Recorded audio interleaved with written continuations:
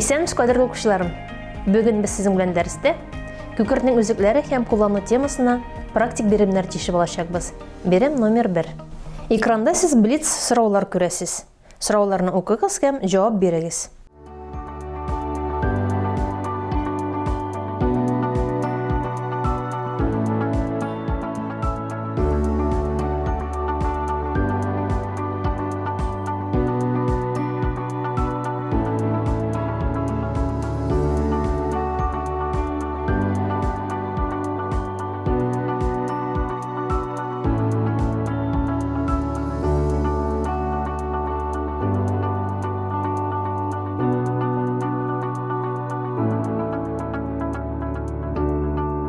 Бирем номер 1-нең җавабы белән танышып үтик.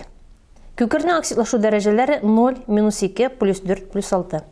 Күкертнең аллотропик модификацияләре ромбсыман, моноклин, пластик. Күкерт не металлар белән кайтаргыч була. Күкерт металлар водород белән оксидлаштыргыч була. Ромбсыман күкертнең төсе сары. Бирем номер 2. Күрсәтелгән әверелешне башкару мөмкинлеген бирүче реакцияләрнең тигезләмәләрен төзегез.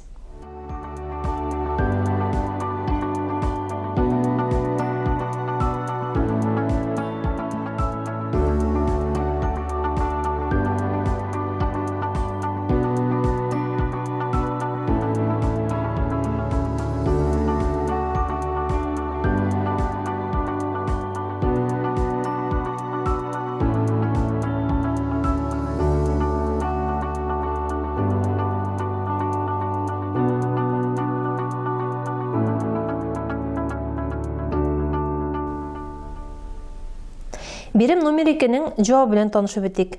Феррум плюс S килеп чыга феррум S, тимер 2 сульфиды. S плюс H2 килеп чыга H2S, сероводород. 6 натрий H плюс HS килеп чыга 2 натрий 2S плюс натрий 2SOH плюс HH2O.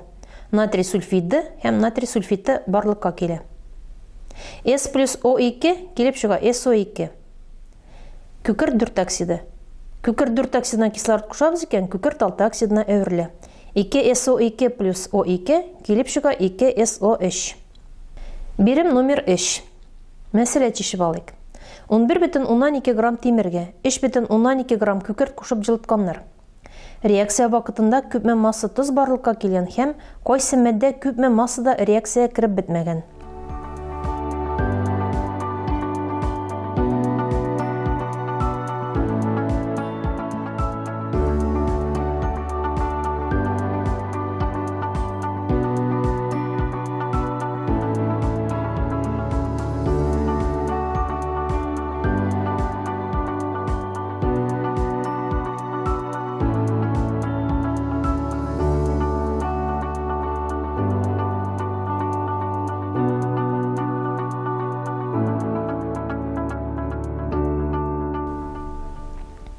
Бирем номер 3-нең җавабы белән танышып үтик. Безгә бирелгән тимернең массасы 11,2 грамм, күкертнең массасы 3,2 грамм. Безгә табырга кирәк тимер сульфидының массасын һәм шулай реакция кирмичә калган матдәнең массасын табырга кирәк. Тишу. Феррум плюс S килеп чыга феррум S. Безнең бу мәсьәләдә башлангыч матдәләрнең массалары бирелгән.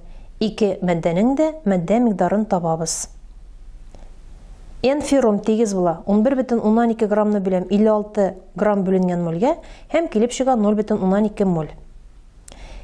NS тигез була 3,2 граммны белән 32 грамм бүленгән мольгә килеп чыга 0,1 моль. Тимер һәм күкертнең матдә микъдарларын чагыштырабыз. Реакция тигезләмәсе алында берлек коэффициентлары тора. Чагыштырабыз һәм күрәбез. Тимер реакциягә артык алынган.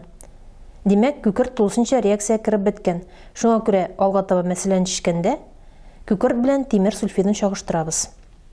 Тимер сульфиды алдында берлек коэффициент тора, күкерт алдында берлек коэффициент тора реакциядә. Шуңа күрә аларның мольләре тигез була. Димәк, тимер 2 сульфидының моле дә 0,1 моль була. Тимер 2 сульфидының массасын табабыз. Аны табыр өчен моляр массаны тапкырлыйбыз матдә микъдарына. 88 грамм бүленгән моль тапкырлыйбыз 0,1 моль, тигез була 8,8 грамм. Димәк, без бер сорауга җавап таптык. Хәзер икенче сорауга җавап эзлибез. Мөлләрне шаштырганда без күрдек, тимер реакциягә артык алынган. Демәк, күпме реакция кергәнлеген табабыз. Феррум тигез була NS тигез була 0,1 моль. Демәк, 0,1 моль тимер реакциягә кергән. Реакция кермәгән матдә микъдарын һәм массасын табабыз. Феррум тигез була 0,12-дән алабыз 0,1-не, тигез була 0,1 моль. Демәк, 0,1 моль тимер реакциягә кермичә калган. Һәм без аның массасын табабыз. Масса феррум тигез була, моляр массын тапкырлыйбыз матдә микъдарына, 56 грамм бүленгән моль тапкырлыйбыз 0,1 мольгә, тигез була 5,16 грамм. Демәк, шулай итеп без сезнең белән әлеге мәсьәләдә тимер 2 сульфидның массын таптык һәм реакциягә кермичә калган тимернең массаларын таптык. Бирем номер 4. Күкерт табигатьтә нинди кушылмалар составында очрый? Кушылмаларда күкерт нинди оксидлашу дәрәҗәсе ала? Матдәләрнең тривиаль исемнәрен языгыз.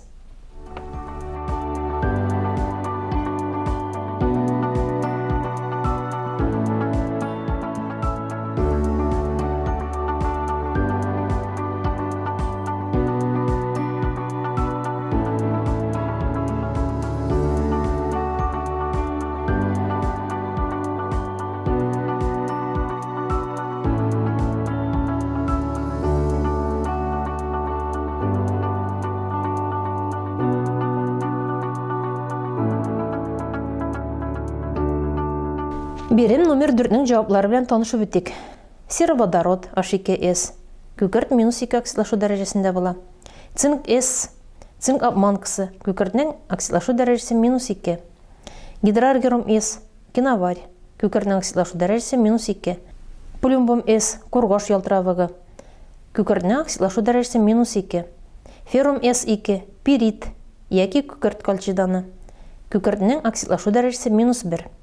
Натрий 2SO4 тапкырланган 10H2O Глаубер-тазы.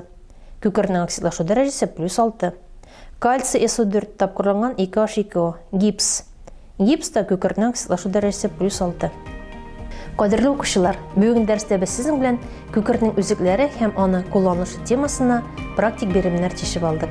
Игътибарыгыз өчен зур рәхмәт, сау булыгыз. Киләсе очрашуларга кадәр.